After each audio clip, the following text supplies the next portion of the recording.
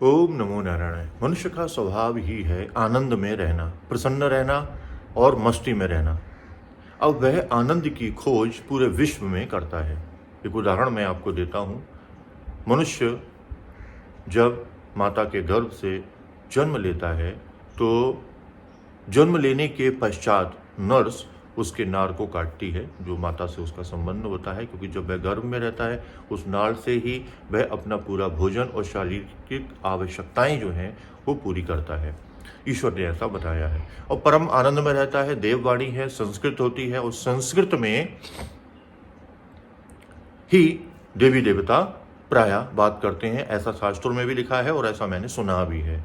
हरिद्वार में भी और अलग अलग स्थान पर मैं गया और साधु महात्माओं से मिलता रहा हूँ। अच्छे अच्छे समझदार और विद्वान लोगों से रहा। मेरे ख़ानदान में, मेरे परिवार में भी ऐसे महान लोग हुए, उसकी चर्चा बाद में।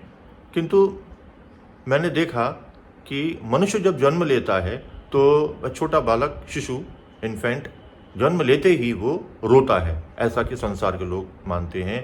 कोएं कोएं करके लोग कहते हैं कोएं कोएं। एक्चुअली है क्या, वो कोएं कोएं नहीं होता है, वो बोलता है कोहम। संस्कृत में कोहम, कोहम मीन्स मैं कौन हूँ, who am I, who am I, मैं कौन। वो संसार में आते ही तुरंत पूछता है, क्योंकि माँ से जैसे ही संबंध उसका लगता है वो एकदम व्यथित हो जाता है। वो उस परम आनंद से उसकी नींद टूटती है और वो इस संसार के उस कष्टों में गिर पड़ता है। और जैसे ही गिरता है वैसे ही बोलता है मैं कौन हूँ, हु एम आई, कोहम कोहम कोहम कोहम। लोग सोचते अरे वाह, बहुत बढ़िया, पुत्र का जन्म हुआ है, पुत्री का जन्म हुआ है। लोग खुशियां मनाते हैं, लेकिन उसकी उस व्यथा को, उसकी इस बात को कोई भी व्यक्ति नहीं समझ पाता है।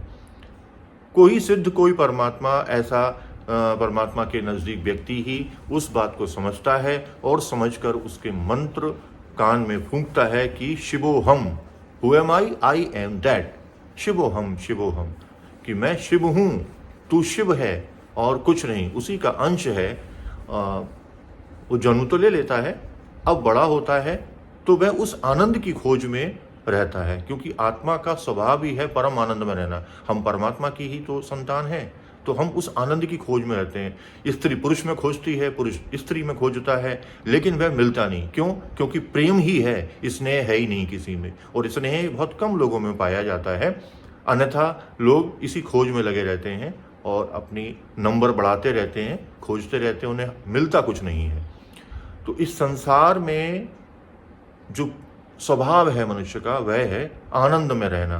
तो उस आनंद की खोज में वो दौड़ता रहता है और इधर उधर दौड़ करके अपने उस पवित्र पावन जीवन को समाप्त कर लेता है और उसके हाथ में अंत में शून्य ही लगता है।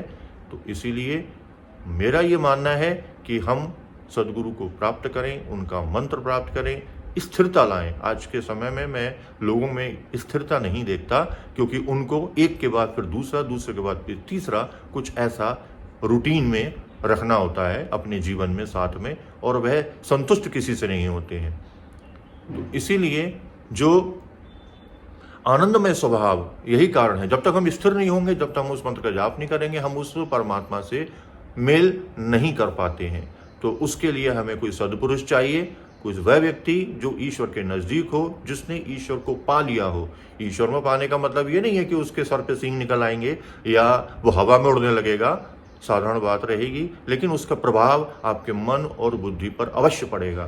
तो समझ लें आपको ऐसा व्यक्ति मिल गया है, उसका सानिध्य अधिक से अधिक करें और उससे प्रार्थना करें कि वह उस मंत्र का आपको मंत्रदान दे, और जिससे उसकी ही तरह आप भी स्थिर हों और आपका भी कल्याण हो। तो ओम नमो नारायण। सभी का बड़े प्रेम और सम्मान से हार्दिक स्वागत। नमः पार्वती पतये, हर हर हर महादेव।